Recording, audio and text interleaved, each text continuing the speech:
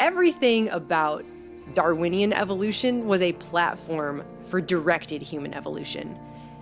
And I'm not even gonna go there right now. I've got so much research to talk about on that subject.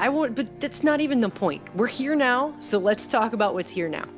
And they start with Ray Kurzweil. Of course, he's the guy who stumps for all of this stuff. I say that your smartphone is an extension of you, and that you can't do your work without it. And if you leave it at home, you can't really function fully intelligently. People really accept that today. Even just a few years ago, that did not seem realistic. Nobody can do their work or get their education without these brain extenders we have now. And they're going to go inside our bodies and brains. A lot of his ideas, most of his ideas in his book Age of Spiritual Machines and otherwise, are not new ideas. They're not original to him. They are taken from the cybernetics meetings, which we talk about at length in our film, The Minds of Men. The stuff that they were talking about in the 40s, which kicked off all of this stuff, by the way. We wouldn't be here right now if those meetings hadn't taken place, period. That is where cybernetics came from. It came from World War II.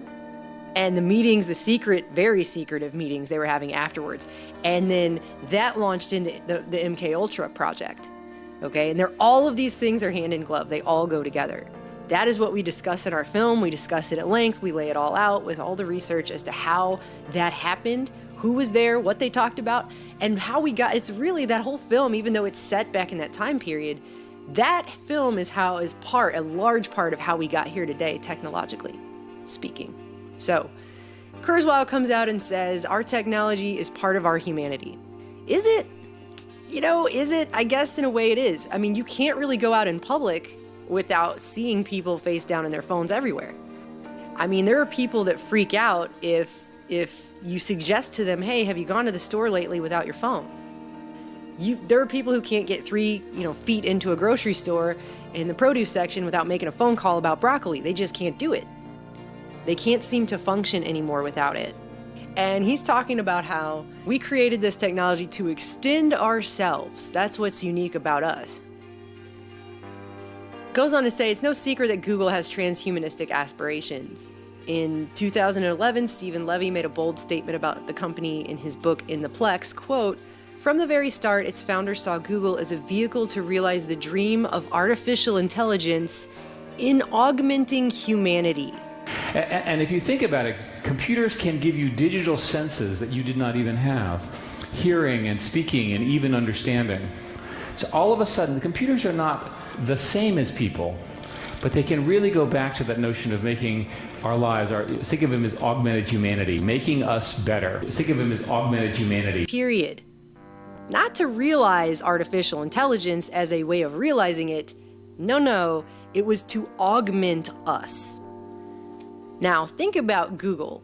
It is the #1 website that's visited by people, period, on a daily basis. Kurzweil goes on to say, the singularity will represent the culmination of the merger of our biological thinking and existence with our technology, resulting in a world that is still human, but that transcends our biological roots. And then this article goes on to say the term singularity originated in a 1993 essay called The Coming Technological Singularity by a science fiction author and a professor named Werner Vinge. And that may be the time that everyone knows, or that may be the key time that really spelled it out. We're about to merge forever with this technology. But that's not the first time I heard that term. The first time I heard a term about technological singularity, it came from John von Neumann back in the 50s, which is one of our key cyberneticists that was in those secret meetings in the 40s that we talk about in the film that we put out, because he's one of the main cyberneticians that touched all of this off. He's the guy that first talked about singularity, and I think it's very interesting in this Forbes article where they're laying all this out, that the guy who is laying this out is trying to act like that didn't happen until 1993. It happened back in the 50s. This is a long ago thought about situation that they have been bringing about for many, many decades. John von Neumann was a frequent consultant to the Central Intelligence Agency, the United States Army, the Rand Corporation, Standard Oil, IBM, you name it. So this is not just any person. He also is a key central figure in coming up with game theory, which, by the way, is what's running most of society today. game theory. And the quote that he said when he brought this idea up was, "The ever-accelerating progress of technology gives the appearance of approaching some essential singularity in the history of the race beyond which human affairs as we know them could not continue." And SingularitySymposium.com goes on to say that his definition of the singularity is the moment beyond which technological progress will become incomprehensibly rapid and complicated.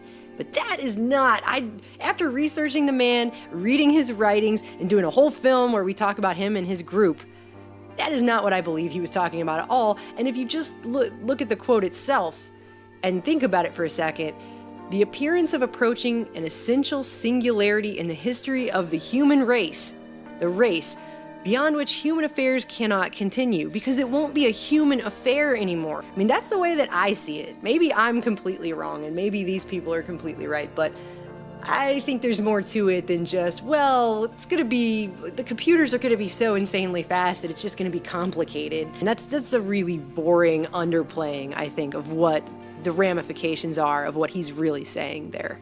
But this person goes on with this Werner Vinge guy, and he says, to grasp the significance of this guy's thinking, it's important to realize where we were as a society in the early 90s. Back then, the invention of smartphones and social media platforms were years away. The internet itself, now so vital to all aspects of our life, communication, commerce, entertainment, was in its infancy. And Vinge boldly proclaimed, within 30 years, we will have the technological means to create superhuman intelligence. Shortly after, the human era will be ended.